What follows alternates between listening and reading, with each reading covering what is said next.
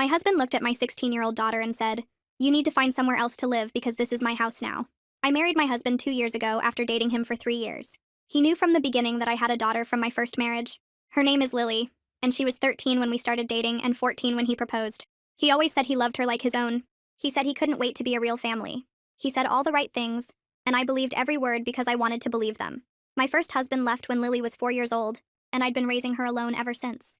The idea of having a partner who wanted to be part of our little family felt like a dream come true. We got married in a small ceremony at a vineyard, and Lily was my maid of honor. She gave a toast about how happy she was that her mom finally found someone who made her smile again. My husband cried during her speech. I thought those tears were real. After the wedding, my husband moved into the house I'd owned for 12 years. It was the house where I'd raised Lily, and the house my grandmother had left me when she passed away. My husband didn't contribute to the mortgage because there was no mortgage. He didn't pay property taxes because I handled those. He paid for groceries sometimes and covered the cable bill and acted like that made us equal partners in the household. I didn't mind because I loved him and I thought we were building a life together. The problems started small. He'd complain that Lily was too loud when she had friends over. He'd say she took too long in the bathroom in the mornings. He'd mention that teenagers ate too much food and that the grocery bill had gone up since he moved in. I reminded him that Lily had lived here her whole life and that she wasn't going anywhere. He'd nod and say he understood, and then bring it up again a week later. When Lily turned 15, he started pushing harder. He said she was old enough to get a job and pay for her own things. I said she was a sophomore in high school and her job was to focus on her grades. He said I was coddling her and that she needed to learn responsibility. I said she was responsible and that he needed to back off. He didn't back off. He started making comments directly to Lily. He'd ask her when she was planning to move out. He'd tell her that most kids her age were already thinking about their futures. He'd mention that his parents kicked him out at 17, and it was the best thing that ever happened to him. Lily started spending more time in her room. She stopped coming downstairs for family dinners. She stopped talking to me about her day because she didn't want to run into him in the kitchen. I watched my bright, happy daughter turn quiet and anxious, and I blamed myself for not seeing it sooner. Last month, everything came to a breaking point. Lily was in the living room doing homework when my husband came home from work. He walked in and saw her sitting on the couch, and something in his face changed. He told her to go to her room because he wanted to watch TV. Lily said she was almost done with her assignment and asked for 10 more minutes.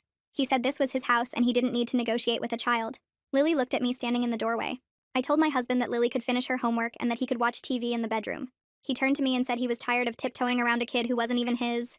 He said he'd been patient for 2 years, and he was done pretending. He looked at Lily and told her she needed to find somewhere else to live, because this was his house now. Lily's face crumpled. She grabbed her books and ran upstairs, and I heard her door slam. I stood there looking at the man I'd married and realized I didn't recognize him anymore. I asked him what made him think this was his house. He said we were married, so everything that was mine was his too. I asked him if he'd read the prenup he signed before our wedding. His face changed. I reminded him that my grandmother's house was protected as separate property, and that he had no legal claim to it whatsoever.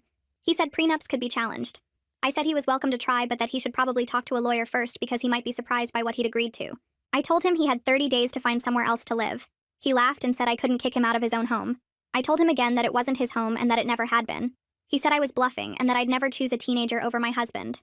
I told him that teenager was my daughter, and that I would choose her over anyone in the world, including him. He didn't believe me. He thought I'd calm down and change my mind. He thought I'd realize I needed him. He went to bed that night like nothing had happened. I slept in Lily's room on an air mattress because I wanted her to know I was on her side. The next morning, I called a locksmith and had all the locks changed while my husband was at work. The locksmith finished at 2 in the afternoon and handed me 3 new keys. I paid him in cash and watched him drive away. My phone started ringing before I even got back inside. My husband's name flashed on the screen. I let it go to voicemail. He called again. I declined it. He called a third time and I turned the sound off completely. By 4 o'clock, he'd called me 37 times. I knew because I checked the call log while sitting at the kitchen table with my laptop open. Each voicemail was longer and angrier than the last one. The first few were confused, asking why the key wasn't working and telling me to call him back. Then they shifted to demanding I stop playing games and let him into his house. By message 20, he was yelling that I couldn't lock him out of his own home and he'd call the police if I didn't open the door immediately. I saved every single message. I opened a new folder on my computer and labeled it Documentation. I backed up the voicemails to 3 different locations. Then I texted him one sentence telling him he could collect his work clothes from the porch, but he wasn't coming inside. He called again. I didn't answer. Lily came downstairs around 5 and asked if everything was okay. I told her the locks were changed and her stepfather knew it. She nodded slowly and went back upstairs without saying anything else. At 7, I heard a car door slam in the driveway. Heavy footsteps crossed the porch. Then the pounding started. My husband's fist hit the door so hard the frame shook. He was yelling my name and demanding I let him in. He said I was being crazy and unreasonable and he just wanted to talk. The pounding got louder. He kicked the door twice. I heard him swearing and then his voice got closer to the door like he was pressing his face against it. He said I couldn't do this to him and he lived here and I was going to regret making him look like a fool. Lily appeared in my bedroom doorway. Her face was pale and her hands were shaking. I pulled her inside and closed the door. We sat on my bed listening to him rage on the front porch. He pounded and yelled for 20 minutes straight. Then everything went quiet. I heard his car start and the sound of gravel crunching as he backed out of the driveway too fast. Lily stayed frozen on the edge of my bed for a long time after the sound of his car faded. Then she looked at me with tears in her eyes and asked if I really meant what I said about choosing her over anyone. Her voice cracked on the last word. I pulled her into a hug and felt her whole body shaking against mine. I told her she'd been my priority since the day she was born, and I was sorry it took me this long to prove it. She started crying then, not the quiet tears she'd been holding back for months, but real sobbing that shook her shoulders. I held her and let her cry and told her I should have seen it sooner. She cried for what felt like hours but was probably only 15 minutes. When she finally pulled back, her face was blotchy and her eyes were red, but she looked lighter somehow. We stayed up until past midnight talking. She told me about all the small things I hadn't noticed. How he'd sigh dramatically whenever she spoke at dinner. How he'd forget to save her leftovers when I worked late, even though he always saved some for himself. How he'd turn the TV volume up when she was trying to study in the living room. How he'd make comments about her eating too much or taking too long in the bathroom or leaving her stuff around his house. Every story she shared made my chest hurt worse. I kept apologizing and she kept saying it wasn't my fault, but we both knew I should have protected her better. Over the next 3 days, my husband switched tactics completely. The angry calls stopped and the texts started. Long paragraphs about how he'd overreacted and he loved our family, and he was willing to go to counseling. He said Lily had misunderstood his intentions and he was just trying to teach her responsibility like any good parent would. He said he'd been stressed at work and took it out on us, but he was going to do better. He said we could work through this if I'd just give him a chance. Each message was carefully worded and reasonable sounding. I read them and recognized the pattern I'd been missing for 2 years. The way he was rewriting what happened. Making himself the victim of misunderstanding instead of the person who told a 16-year-old girl to leave her own home. Making his cruelty sound like tough love. Making my protection of my daughter sound like an overreaction. I responded once. I told him the 30-day notice stood and all further communication needed to be in writing through lawyers. He called immediately. I didn't answer. He sent 5 more texts that got progressively less reasonable. I saved all of them in my documentation folder. My friend Rachel had recommended a family law attorney named Victoria Morgan. I called her office on Monday morning and explained my situation to the receptionist. She squeezed me in for Thursday afternoon. Victoria's office was in a converted house downtown with hardwood floors and bookshelves covering every wall. She was maybe 50 with gray hair pulled back in a bun and sharp eyes that didn't miss anything. I sat across from her desk and handed her a copy of my prenup. She read through it carefully while I tried not to fidget. After 10 minutes, she looked up and told me my house was completely protected as separate property and my husband had no legal claim to it whatsoever. The relief that washed through me made my hands shake. She explained the separation and divorce process step by step. She warned me that my husband would likely escalate when he realized I was serious about ending the marriage. She asked if he'd ever been violent, and I said no, but he'd been emotionally abusive to my daughter. She helped me start documenting everything for a potential restraining order. When I walked out of her office an hour later, I felt scared, but also clear-headed for the first time since I'd said I do 2 years ago. My husband refused to look for a new place or pack any of his belongings. He acted like the 30-day notice was just me being dramatic, and I'd change my mind any day now. He was staying at his friend John's house, but he kept showing up at random times trying to talk sense into me. On day 12, I was making lunch when I heard a key in the lock. My blood went cold before I remembered I'd changed them. The door handle rattled. Then my husband's face appeared in the kitchen window. Lily was sitting at the table doing homework. She froze when she saw him. He tapped on the glass and gestured for me to let him in. I shook my head. He started talking through the window about how teenagers need tough love and structure, and I was doing Lily a disservice by coddling her. His voice was muffled, but I could hear every word. I walked over and physically positioned myself between the window and Lily. I told him to leave immediately. Something in my voice must have gotten through because he actually stopped talking. He stared at me for a long moment, and then walked back to his car without another word. My mother called me that evening. She said my husband had contacted her claiming I'd had some kind of breakdown and kicked him out for no reason. She suggested marriage counseling. She reminded me how hard it was to be a single parent, and how lonely I'd been before I met him. I felt the old guilt rising up in my chest, the fear that maybe I was overreacting, the worry that I was making a terrible mistake. Then I remembered Lily's crumpled face when he told her to leave. I told my mother she didn't have all the information, and I needed her to trust my judgment on this. She went quiet. Then she said she hoped I knew what I was doing and hung up. The conversation left me feeling shaky and uncertain. I called Rachel and told her what happened. She reminded me that my mother hadn't seen what I'd seen, and she didn't know how Lily had been suffering. That helped more than I expected. Victoria had assigned a paralegal named Liam to help with my case. He called me the following week and asked if I wanted to understand my husband's financial situation better. He said it might help explain why he was fighting so hard to stay in my house. I met Liam at a coffee shop near the courthouse. He was younger than I expected, maybe 30, with glasses and a laptop covered in legal aid stickers. He pulled up credit reports and bank statements he'd obtained through discovery requests. What he showed me made everything click into place. My husband had been living beyond his means for years. Credit card debt over $40,000. Car payments on a truck he couldn't afford. Personal loans he'd taken out to cover other loans. His salary was decent, but not enough to support his lifestyle and pay rent anywhere. My house had been subsidizing everything. I'd been providing free housing while he spent his entire paycheck on himself.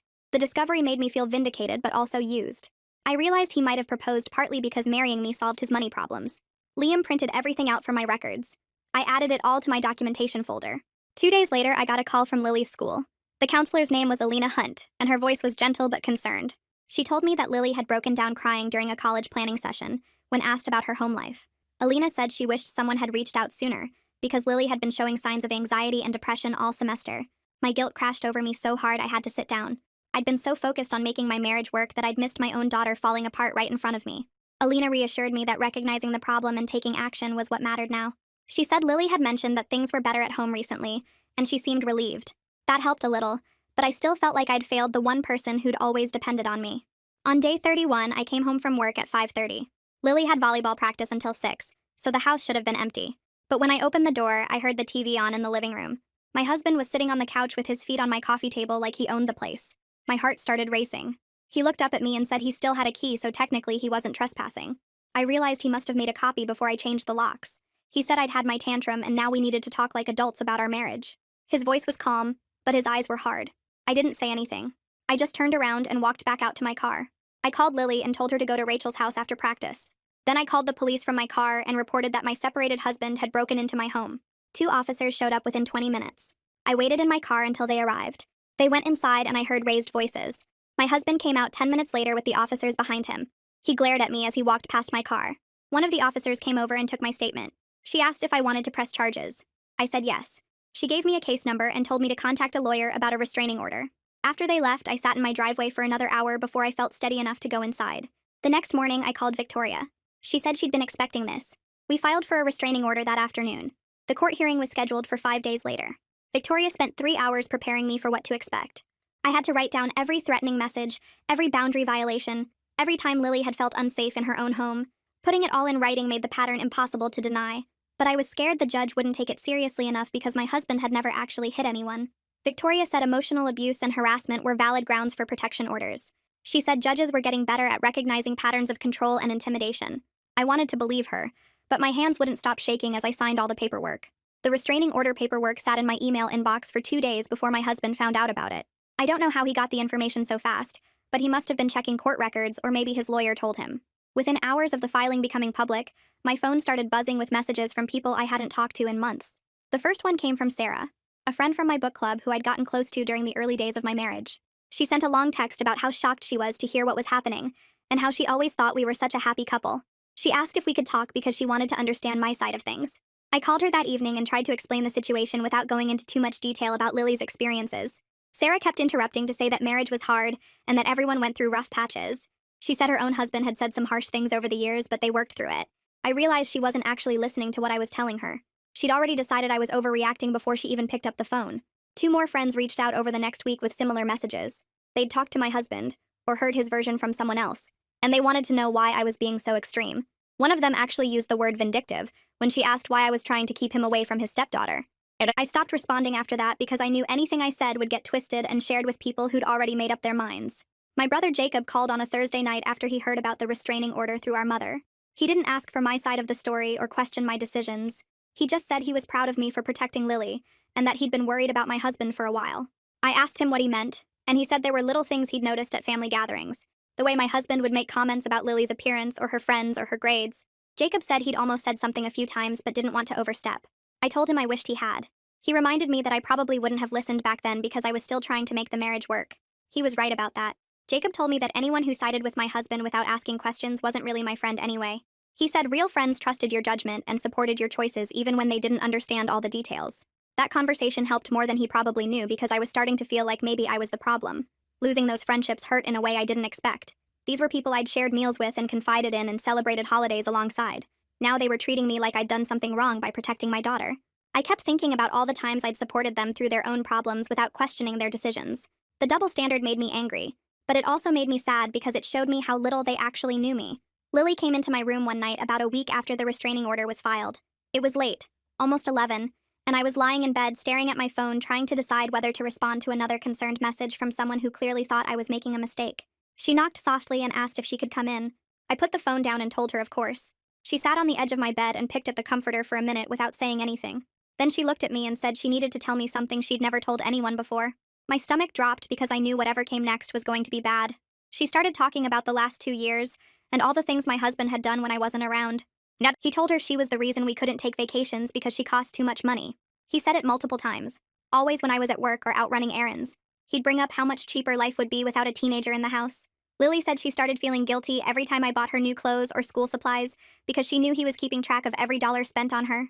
She told me about the nights when I worked late and my husband would make dinner for himself but forget to save her any. She'd come downstairs hungry and find him eating on the couch, and when she asked if there were leftovers, he'd act surprised and say he thought she'd already eaten. It happened enough times that she started keeping granola bars in her room so she wouldn't have to ask him for food. She described the way he'd sigh whenever she spoke at the dinner table. This long, dramatic exhale like listening to her was physically painful. He did it so consistently that she stopped talking during meals unless I asked her a direct question. She thought maybe she was being too sensitive until she noticed he never sighed when I was talking, only when she was. The full picture of his calculated campaign to make her feel unwelcome in her own home broke something in me. These weren't just moments of frustration or adjustment struggles like I'd told myself. This was deliberate and sustained emotional cruelty designed to push a child out of her own house. I apologized to Lily for not seeing it sooner and for not protecting her the way I should have. She said it wasn't my fault because he was careful to only do these things when I wasn't watching. She said she didn't tell me because she was afraid I'd choose him over her. That admission hurt worse than anything else because it meant my daughter had been living with that fear for 2 years.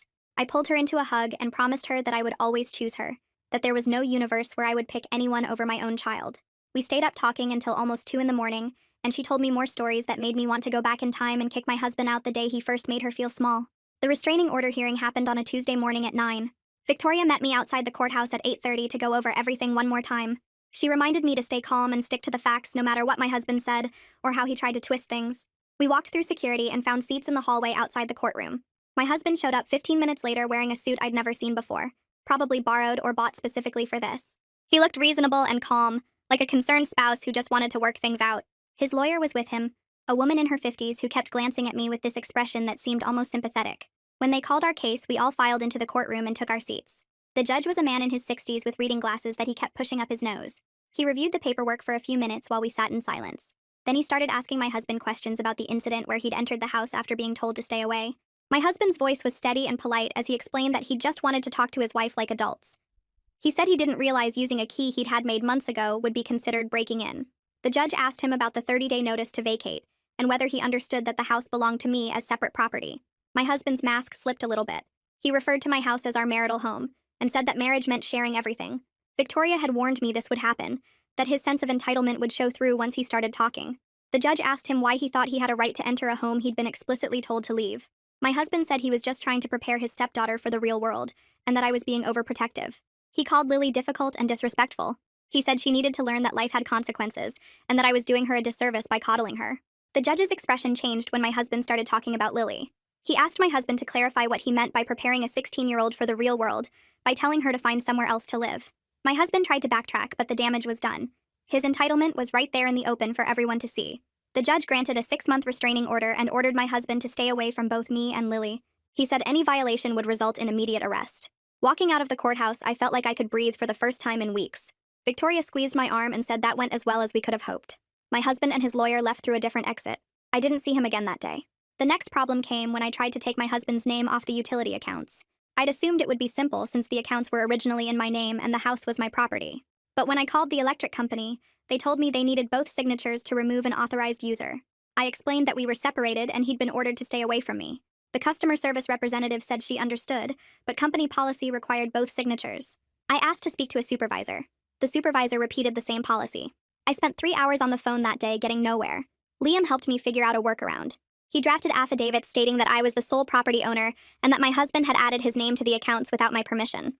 We attached copies of the deed, the prenup, and the restraining order. Then Liam called the utility companies himself and worked his way up the chain until he found someone willing to review the documentation. It took 3 weeks of frustrating phone calls and multiple rounds of paperwork. The electric company finally removed his name after 2 weeks. The water company took longer because they had different verification procedures. Every time I thought we'd cleared the last hurdle, another requirement would pop up. My husband refused to cooperate out of spite. ignoring calls from the utility companies and refusing to sign anything his lawyer sent over. He was leaving bills in limbo, hoping it would force me to contact him directly. Liam warned me not to take the bait. He said my husband was looking for any excuse to claim I'd violated the restraining order or to reestablish communication. Eventually, we got everything straightened out, but it took way more time and energy than it should have. I reclaimed full control of my household utilities and had all the account numbers changed, so my husband couldn't access any information about my usage or billing. 2 weeks after the restraining order hearing, Victoria called to tell me my husband's lawyer had sent over a letter. I asked if it was about the divorce, and she said not exactly. She read it to me over the phone. The letter proposed that we pause the divorce proceedings and try separation counseling instead. It was full of therapy language about communication breakdowns and blended family challenges. It talked about the importance of working through difficulties rather than giving up on a marriage. It suggested that with professional help, we could find better ways to address our different parenting styles. The letter completely ignored everything my husband had done to Lily. It reframed his emotional abuse as a parenting disagreement. It made the whole situation sound like a misunderstanding that could be fixed with better communication. Victoria said this was a common tactic to delay proceedings and maintain control. She'd seen it dozens of times in cases like mine. The goal was to make me feel guilty for not trying hard enough, and to buy my husband more time to figure out his next move. She asked if I wanted to consider the proposal. I told her absolutely not. I instructed her to proceed with the divorce filing immediately. She said she'd have the papers ready by the end of the week. True to her word, she served him the following week. I got a text from Victoria on a Wednesday afternoon saying the process server had delivered the papers to my husband at his work. I felt a strange mix of emotions when I read that message. Part of me was relieved that we were moving forward. Part of me was terrified of what came next. Filing for divorce made everything feel both real and final in a way that changing the locks and getting the restraining order hadn't. This was the official end of my marriage, documented in legal paperwork and court filings. My husband had 30 days to respond, and Victoria expected him to fight over property division, despite the prenup clearly protecting my assets. She said people like him didn't give up easily, even when they knew they had no legal ground to stand on. I spent that weekend going through wedding photos and cards.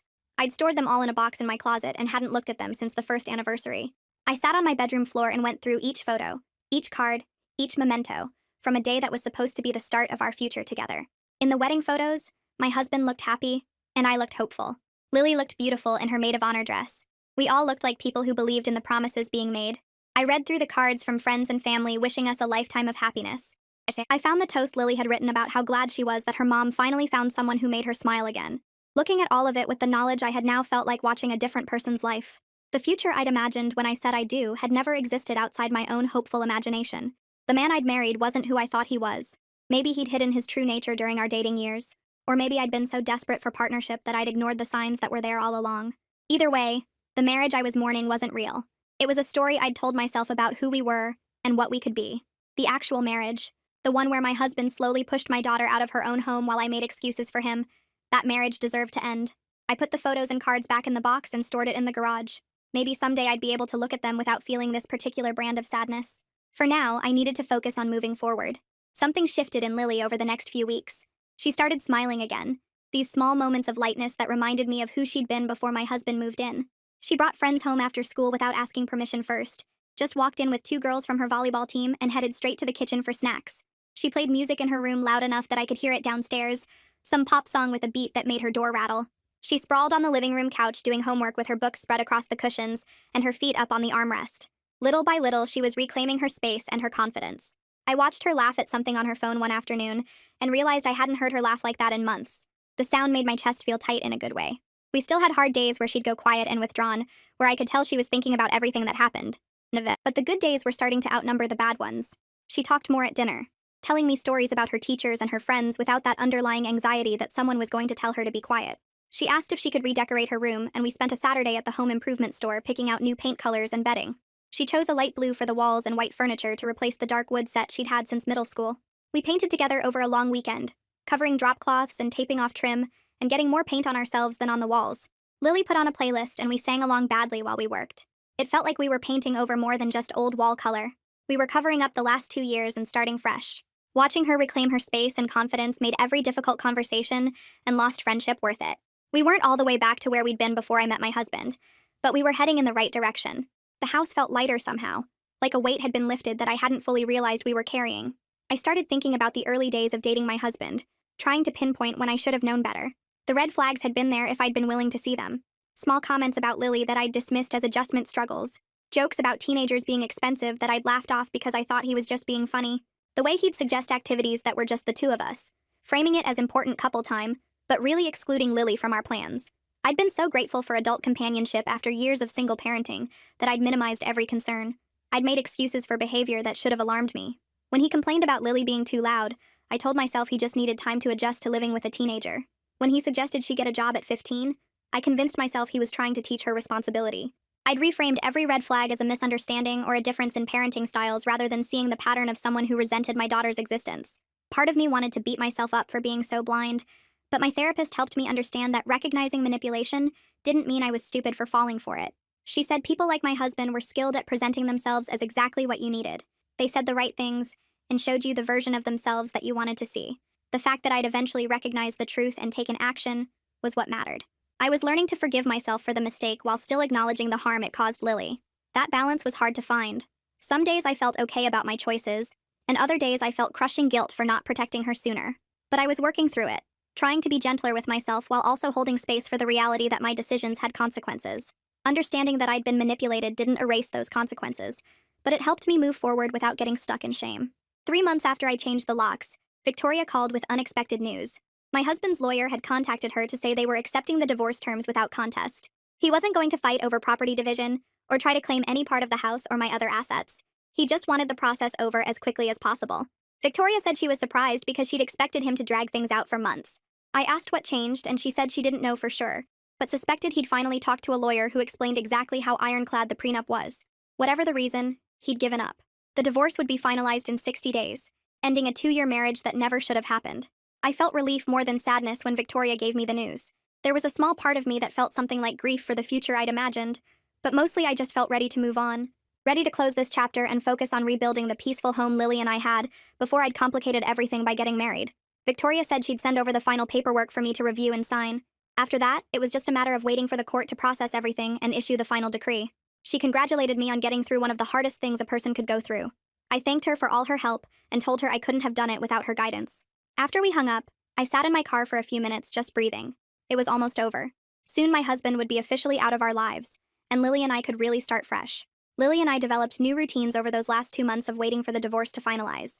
Sunday mornings became pancake time, where she'd request different mix-ins and I'd try to accommodate whatever combination she came up with. We had chocolate chip and blueberry, and once she asked for peanut butter chips, which turned out better than expected. Friday nights were movie nights where she picked the film and I supplied the popcorn and candy. She chose everything from old comedies I'd never heard of to horror movies that made me cover my eyes. We talked more openly now about everything from the school drama to college plans to boys she thought were cute. She told me about her friends and their problems and asked for advice on things she never would have brought up when my husband lived here. Our relationship wasn't magically perfect, because we still had disagreements about curfew and homework and cleaning her room. But there was trust again in a way there hadn't been for 2 years. She knew I would always choose her over anyone else. She knew this was her home and nobody was going to push her out of it. We were learning to be a family of 2 again, and it felt right in a way that the family of 3 never had. The house was peaceful, Lily was happy, I was healing, we were going to be okay. The divorce finalized on a Tuesday morning in late January. Victoria called me at work to say the judge had signed the papers and it was officially done. No dramatic courtroom scene or last-minute arguments. Just signatures on legal documents that ended a 2-year marriage. I thanked her for everything she'd done to help me through the process. She said I'd done the hard part by standing up for myself and my daughter. After we hung up, I sat at my desk staring at my computer screen for a few minutes, processing the fact that I was no longer married. The relief I felt was bigger than any sadness. That night, I picked Lily up from the school and told her we were going out to celebrate. She asked what we were celebrating, and I said our fresh start. We went to her favorite Italian restaurant and ordered too much food and talked about redecorating the living room now that we could make it feel like ours again. Lily wanted to paint one wall a dark blue color and hang string lights across the ceiling. We talked about planning a summer trip together, maybe driving up the coast and staying in little beach towns. Just the 2 of us exploring and making new memories. Life wasn't perfect, and I was still stressed about money and dealing with some hurt from everything that happened. But my daughter was happy and safe in her own home. That was everything that mattered to me. We were moving forward together as a family of 2. For the first time in 2 years, our house felt peaceful again,